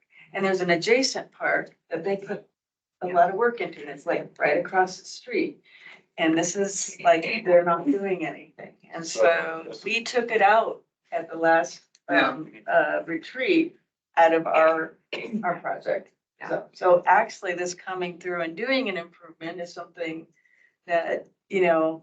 And that's why I made a motion to approve it. I understand the restrictions on the thing. I just wanted to know. I've never had a chance to get to know someone from La Paz Vieja and sort of their buy-in on this. And even just hearing the flagpole story, it's just nice to know a little bit more about what the community feels for this park. I don't have a lot of connection to La Paz Vieja, so it's just nice to hear from the community on it a little bit, but I think it's probably important to approve something for that park. There was a man reading a book in there for like 2 hours today because I drove by on my way to and from a meeting. And he looked very happy sitting in the park reading a book. I thought his answer to your question about the future was great. Like if that's the spirit of that community and those people, which probably is, I thought it was perfect. Like if for some reason there was a great opportunity to update that park somehow, that they would be able to take the bricks out of the sand, great comment, and capture them some other way and bring those people forward. So I like Wanted to kind of hear a little bit more from the community on that one. This commission goes in depth in ways of what its focus is on, and during the time period of a couple of years, one of our main focuses was to try to serve the underserved through whatever we could do, and that's why we had this on the table. City decided it probably wasn't in our best interest because it was more of a Parks and Rec thing, and we were hoping for more. Community brought it to us now, and it's it's not in our control of exactly what to do, and I know that can feel uncomfortable at times, but I'm really happy that at least the community brought it to our attention. So there's a motion on the table and it's been seconded to approve as submitted, right? It was a full approval. Okay, so all in favor, say aye. Aye. Anyone opposed? Anyone abstained? The motion carries and the project is approved. Thank you. Moving forward to Renee Red Day, the Labyrinth. Is there a motion for a full provisional or a contingent approval? I'll start with a comment. I'm struggling with this one. It feels like something for 8 people with gates into this area. And then maybe somebody might stumble on it, whether or not they feel welcome there. Like it's a good project and I like the idea of it, but it doesn't feel public. I mean, it feels pretty exclusive. It's not public, it's private property. Yeah, but that I know, people would even feel welcome going in there if they were We not do from that community. private property projects all the Right, time. right. But they are public facing. This one, Strup's definition, which is why Kristen Yeah. did go to Anya. So do you want to just kind of state again what Anya's response was? Let me bring up my notes because I'm not an attorney and I forget these things. But then they set a sign But- and then So, those folks said, yeah, no, we don't so- want a sign because they might bring people there. And Well- feel that I got. Housing authority said no. Right, and so HSNA will grant, will sign that, it escapes me now, for public access. And legal said, because, and I think Carla has driven that area too, it's very difficult, it's hidden. It's very difficult to access. I didn't want to go down the driveway because I thought it belonged to somebody. And so I brought all of that to legal and she said, that legal said that they're okay moving forward. Again, approaching it as like a secret garden or a secret space that can be publicly accessible. Renee, I believe misspoke saying that the hours were 10 to 6. We had been discussing, closing the park from 10 p.m. to 6 a.m. But having it open during those other hours. Now, Anya legal did suggest having signage so that it could be easily identifiable. Housing Solutions of Northern Arizona said, we don't want to do the sign. And again, bringing that to you, like if you feel if you want to pursue this project and you feel there should be a sign, then that's something that you can decide. Anya also suggested maybe that there was an opportunity to, again, to identify the location on the curb. So that's what I'm also pursuing with engineering to see if that's a possibility too. And that's something that they could do, like they could do a stencil or something and place it on the curb.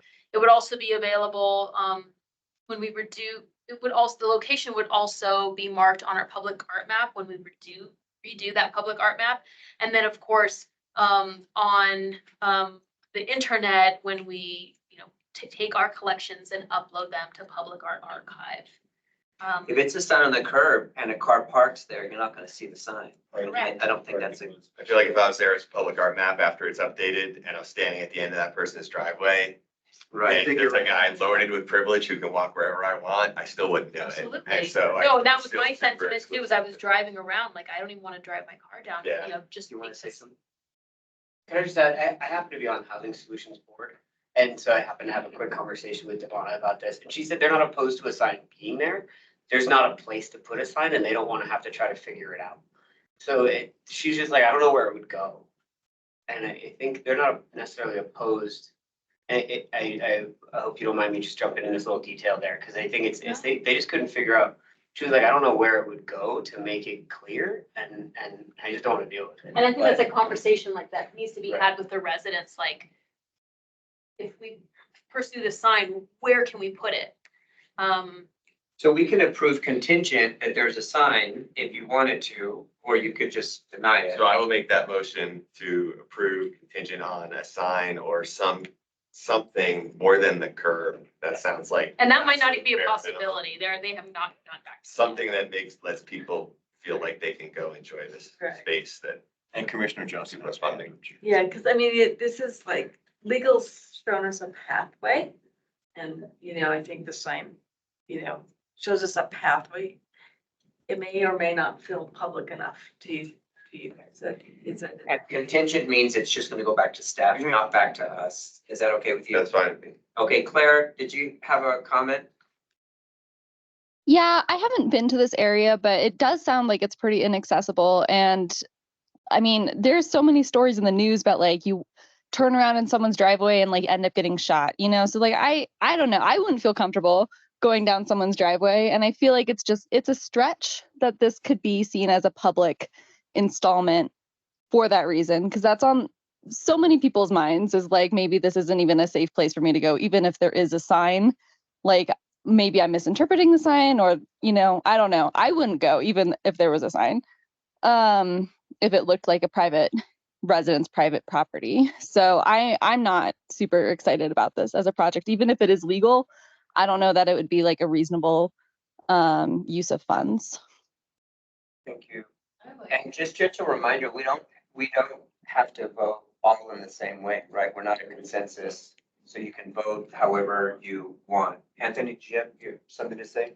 Yeah, I would ask the commission if they would consider like another contingency in order to get activation. I would or I don't know if it's contingency or what, but I would advocate for the presenter to bring forth like some programming for 3 of the holidays, like maybe Christmas, maybe Halloween, and maybe Easter, to where there's some sort of activation there that's publicized, so that way we can start filtering people in there and they can see how it feels.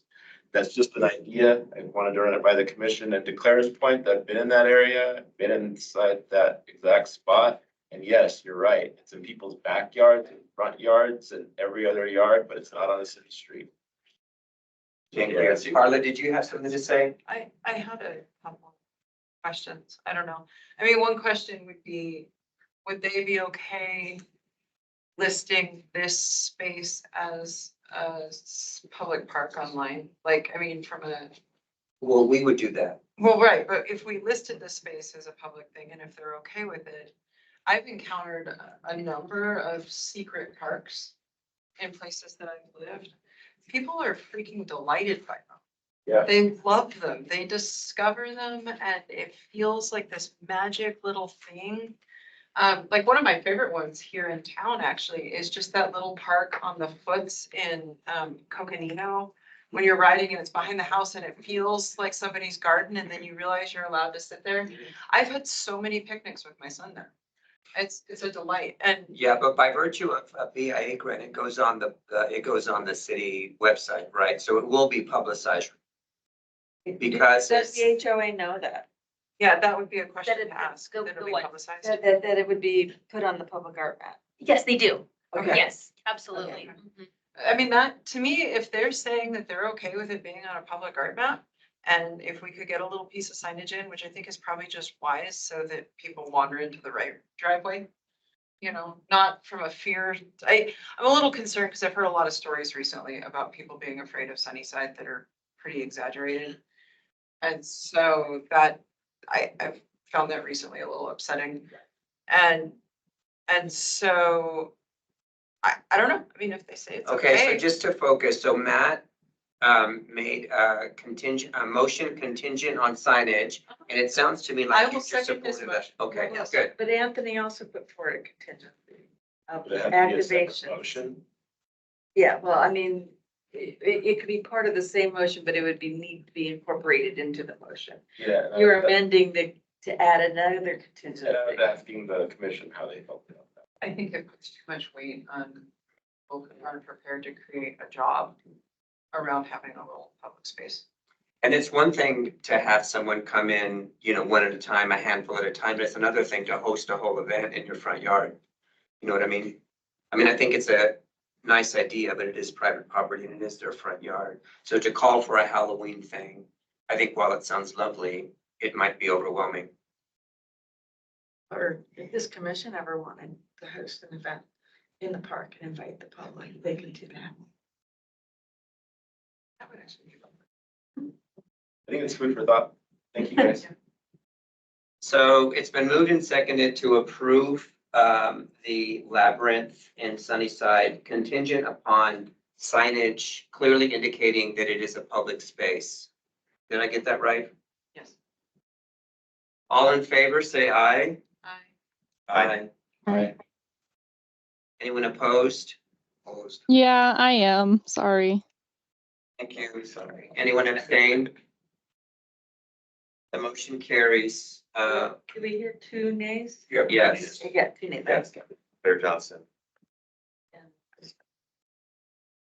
Thank you, folks. Moving forward to the wrap at Fort Valley and Meade. Is there a motion for a full provisional or a contingent approval of this project? I'll make a motion to approve it. I'm not like, the mushrooms being perfect. Okay, I second that. Thank you. It's been moved and seconded to approve the wrap at Fort Valley and Meade as presented. All in favor, say aye. Aye. Anyone opposed? Oh, Claire Johnson, you have your hand up? I do. I have a comment. I just want to bring it up. I know they want this to be like an educational piece, and I think that's great. But just speaking as someone who's like worked in the hospital during mushroom season, it's really dangerous. It's more dangerous than it should be to have like education on, you have to be really careful with education on mushrooms. Because we get people all the time who come in and they're like, oh, I saw like the red mushroom with the white spots on top. And I know that for Mario, and like Toad is my friend in Mario. And so of course I ate it and now my kidneys are failing. So making mushrooms and fungus, because it's just, you got to really know what you're doing to be able to identify them in any sort of safe way. And I know this isn't necessarily endorsing eating them, but you got to be careful with stuff like that. And so I would be opposed to this one just based on, first of all, they're not ones that are super common in Flagstaff, and that's just me being perfectionist, I guess, but also just kind of a concern of like, what is the actual education that is being made, and also, you know, these are friendly mushrooms, but like if a kid thinks it's a friendly mushroom and decides to eat it, you know, that's kind of a consequence that I don't think would be thought about normally. So I just wanted to maybe bring that up. Eric, can I ask a question? Sure. If the artist could change the educational piece, because it's not necessary, you don't have to be there, and just add more art to that, would you support it? Or Probably, yeah, more so at least. would you like to make that a contingency or whatever? We already have a motion on the table, so we have to like vote that one down and then come up with a new one, but we can without a problem. I want to see what Claire has to say first. Claire Edelman Heath, do you have a comment or question? Oh, I would be interested in that. Just, I was really excited about the story that they're they're local mushrooms and learning that they're not. But I also thought that the artwork was really playful and delightful. So, if it just focused on the artwork itself, I would prefer that. So perhaps we could reset. What is the educational component? Is it just naming It's them? the ones on the drawings on the side. It's just finding them in the painting. It's a Where's Waldo Or thing. it's just, yeah, it's just a naming them, Yeah, finding them on the big picture. right? Focusing on them. So But we've it got, is so easy to misidentify as well. So if people are like, oh, I know this one, it looks like that painting of the lung oyster, but it's actually something that is going to kill you. You know, it's a very like weird field because there's a lot of misinformation in it and it's all super dangerous. So I just, yeah, I have qualms for that. thank you. So again, the motion on the table is to approve it as submitted, right? And it was moved and seconded. Carla and Matt, is that correct? Yes. Okay. Who made the motion? I did. Carla and Matt seconded. So we need to vote on this and then either pass it or fail it, and then we can move forward with a different motion. Right? I kind of like the idea of changing the art in some way that makes it safe. Would you take a book away from a kid that had mushroom pictures in it that name them? No, No, but this is not that. These are cartoons of mushrooms that could be easily misidentified. If it was a picture of a mushroom that had like actual identification, that's a different thing. But if it's like, hey, this one that's kind of brown and kind of shaped like this, or kind of red and has some red dots on it, or kind of maybe chanterelle vaguely, there's a lot of poisonous lookalikes. So a cartoon of a mushroom is not a picture of a mushroom. I'm not remembering the details of the artwork. Is there anything that's encouraging eating the mushrooms No, in the artwork? No. no. the fact that they looked at There's not, but there's so many stories of people doing that though. And like I have personally firsthand seen people be like, oh, like this looked kind of like a mushroom that I saw in a TV show. So I thought that, you know, it must be fine. We So did just that's with ravens, and there's no discussion about people catching raven or. Ravens also don't fly at night. Right.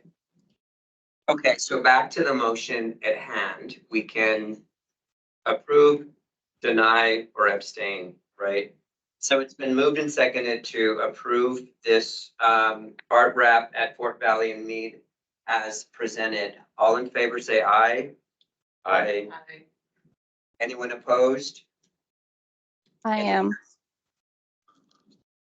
3 opposed. Anyone abstain? Yeah, so it's tied. No, there's 7. Yeah, one more online. Did everybody vote?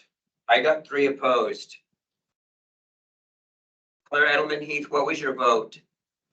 I was opposed because I was interested in a contingency vote. Okay, so it Does not pass. does not pass, right? 4 opposed. Is there a different motion someone would like to make? Claire. Yeah, I guess I would say contingent on taking out the educational portion. Okay, there is no educational portion. Remember, it was just where's Waldo? You see it on the screen. There is no educational piece at all. Yeah, I mean, trying to label them though, I feel like is just kind of iffy. Okay, so you don't want the labels. So your motion is to remove labels and to substitute art? To substitute more of the picture and remove the individual pieces with the labels? Is that your motion? Yes, I do feel that that would be a safer option. Why? I'll chime in here because just coming from the plant world, I know it sounds surprising, but the there's actually, like, I personally, I do consider myself a native plant expert, and I do not try to harvest mushrooms because it is, I know a few folks that do, and think that's great, but there are a lot of lookalikes. But I also just think that the piece doesn't really need it. And if she wanted, I think the playful interactive piece is fun, but it'd be neat to see like maybe one of the caricatures instead. So I apologize. I feel like I might be rambling and moving further away from a concise motion, but just a bit of background on the thinking here on why I'd prefer a contingency instead of just the direct plant ID. Well, we could do, so a contingency, again, remember, it just goes back to staff, and it seems like it's commissioners who want the change. So why don't we do a motion with provisional approval, and that means the final design comes back to BPAC for us to approve. So we can provisionally approve, send Kristen with notes about removing the labeling on the side and just creating more art. And then the final design comes back to BPAC for us to vote on. Yeah, okay, fine, if there's more discussion, I just wanted to ask. Okay, just in case the artist is listening to this, I think it would be nice just to see more of the art wrap around the box. And I think that having this piece on the sides makes a break that to me is unappealing. Good point. And maybe more sides of the total box, because we only have the one image. Is that going to go around 4 sides? I mean, it's not. Yeah, like that's one side. Yeah. So where are the other sides and where's the top? So are we settled on well, does somebody want to make the motion for a provisional approval pending? Thank you for that. Okay, that was Claire Johnson. So the motion is to provisionally approve with the expectation that the design comes back to BPAC for final approval. And Claire Johnson made the motion. Is there a second? Second. Thank you, Chris. And moved and seconded to provisionally approve this one art piece with the expectation that the final design will come back to BPAC for approval. All in favor, say aye. Aye. Aye. Aye. Aye. Anyone opposed? Anyone abstain? The motion carries. Thank you, folks. Moving forward to H2, Buffalo Park. All right. Then go through this one pretty quick, I think. Can we say thank you as we go? Thank you. Thanks for coming.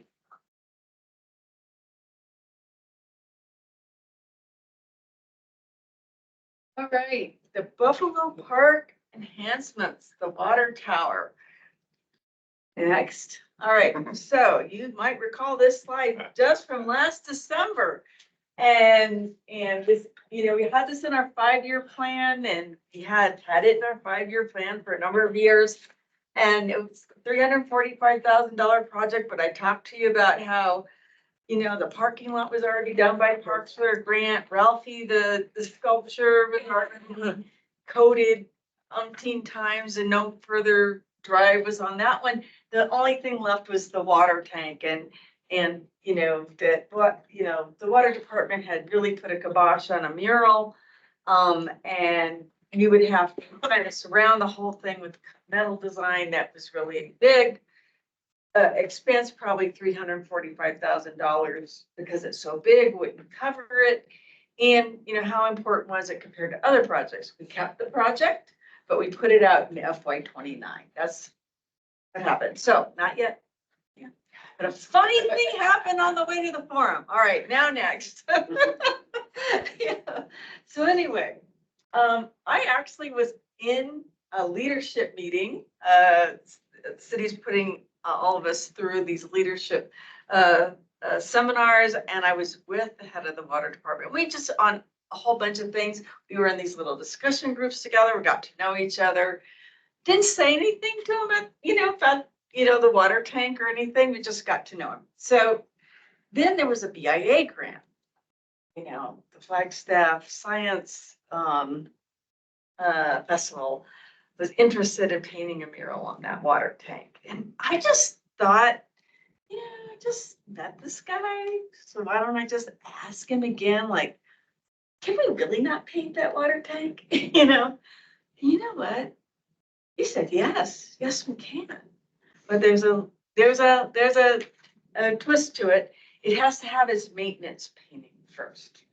And it's, you know, it's not in the budget. And they don't have it in their 5-year plan budget. So I kind of keep this in the back of my mind. And I go to a meeting with legal and procurement. We have a meeting every other month just to go over where our projects are and what's up.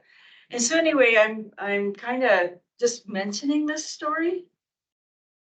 And I'm like, but we're putting out a bid in 2 days to paint the water tanks. Is this one in there? No, it's not in there. Could it be in there? What? So anyway, all this led to, go ahead, next slide.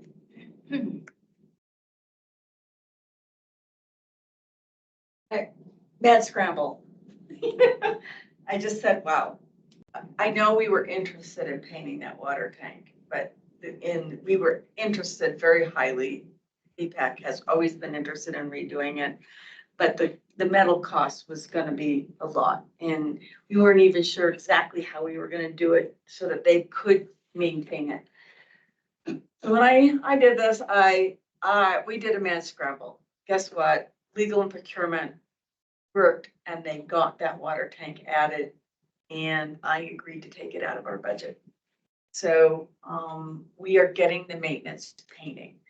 And the next thing I did was I got to talk with the painting rep who has, you know, the product that's used on these water tanks. And I learned a lot of parameters. We have to, when we put a mural on, we have to use the same paint product, you know, same company. We had the maintenance paint, the first coat has to actually cure for 12 months to 24 months before we can put a mural on it. And then we have to kind of scrape it so it's like rough afterwards and to apply the mural. All right. So, and then the mural can't be guaranteed for more than 10 years because every 10 years they're supposed to get their maintenance paint. However, we know that this particular thing is way over 10 years and they didn't even have it in their 5-year plan. So we think that the mural would actually be up a lot longer than 10 years. Okay, so then next. So result is this project can go at more like FY26, FY27. It would not be eligible for a BAA grant though, because there's no way you can paint, even when we up this to $7,500. I will tell you that painting is far less expensive than the cut metal thing all the way around. That tank is huge. I think we can do it for the $345,000 budget. I don't know exactly how much the maintenance paint will cost, but based on their estimates, it's going to be around $100,000 of the 345. We'll still have 245 left to do the mural. So that's what happened. Why don't we just maintenance paint it something nice like blue? They have a standard paint that they. Put some clouds on it. Yeah. So, well, you already budgeted $345,000. I feel compelled to spell it. Right. To spend it. So. This is just a discussion item. This is just a discussion Questions or item for comments you comment. have? I mean, obviously we can wait longer. Longer we wait, the more likely it is to get graffitied and everything else. Sooner we can put a mural on it, the better. And I don't know exactly when in order. There are other water tanks. This one's gonna, if it's gonna get paint it this season or next season. And that's why I said it could be FY 26, it could be FY 27. Or are you gonna decide to paint it based on the discussion? Because it's not an action item. No, it's not, I just wanted to, just hear your input about, this, me changing the project to a painting project. I think I heard from you before, but also, just what your thoughts are about, this project overall. I mean, we had just pushed it back to FY 29.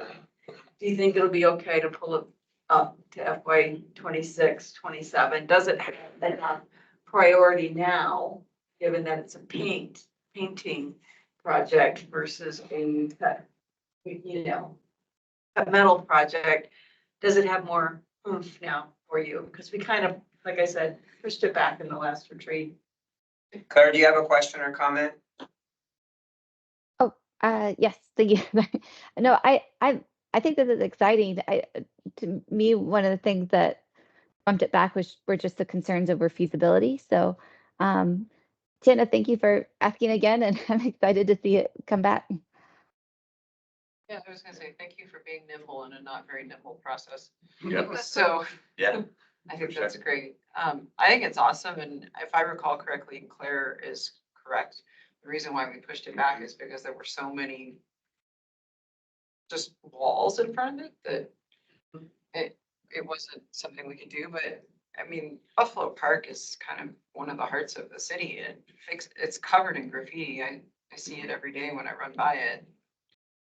Be nice if it wasn't covered in graffiti. I was gonna ask, does it matter if it gets covered in graffiti between the maintenance paint and the mural? I don't think so. Okay. But I will double check on that. I also may ask them if it's possible to wrap it in some way for a year. Oh, to let it cure with the group. Yeah. That's a So great. we'll ask them. Put it in vinyl? No, I don't, they won't allow a vinyl on it. I don't think so, but, So wrap it in what, like? but plastic? no, but yeah, just wrap it in. Something protected. Construction, tie-back paper, I don't, something just to keep people from graffitiing. A Cristo installation. And that's coming out of 245? Cheap tie-back paper. I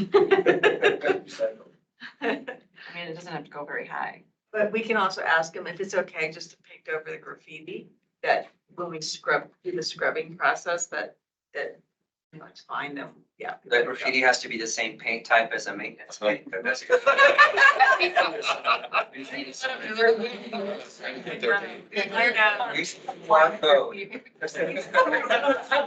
love to wrap it in tie-back. Thank you for bringing this back up and working so hard on it, Jana. This is a point of pride for the public and a big discussion item when my first 2 years in the BPAC, and that's why we put a bunch of money aside for it. Yeah, it's awesome. I do listen, and it was like I couldn't believe that sequence of events, and this literally happened within 3-4 days. And I will just hats off to Anya Wendell and legal, who, because when procurement space dropped, when we were gonna be adding something, she spearheaded it through for us. And so I owe her a huge shout out for that. This is actually not the first project though that we've been told no for many, many years. And then it's turned into a yes in part through Jana's machinations, or not machinations, that's the wrong word, but Tenacity. or tenacity. But it is also proof that sometimes it's just about the timing, just about the way it works, but also having people that make good friends is good. I feel like I should know the answer to this, and I'm embarrassed that I don't, but how do we deal with the graffiti once the mural's up? Well, we deal with how we deal with graffiti on any of our public art projects. We do have cleaning processes, but we also know that when art is there, they tend to get less graffitied. It tends to cease to be a problem. The fact that it's a blank is what makes it most attractive for graffiti. I had a conversation with the person that owns the Chocolateria the other day. She said that the graffiti stopped immediately after the painting. Yeah. I hear so many nice things about that. Any other questions or comments about this particular project? That's great, thank you. Moving forward to requests for future agenda items. This is the point where somebody can make a suggestion. If it gets two people who support it, we'll put it on a future agenda. Anything? Hearing none. The next meeting for VPAC is June 10th at 4 p.m. It'll be hybrid as usual. And I will adjourn the meeting at 6:11 p.m. Thank you both. Right. Although I do encourage in person for the next one, since we'll be celebrating Commissioner Garcia. And if I'm the only one here, I'm okay with that too.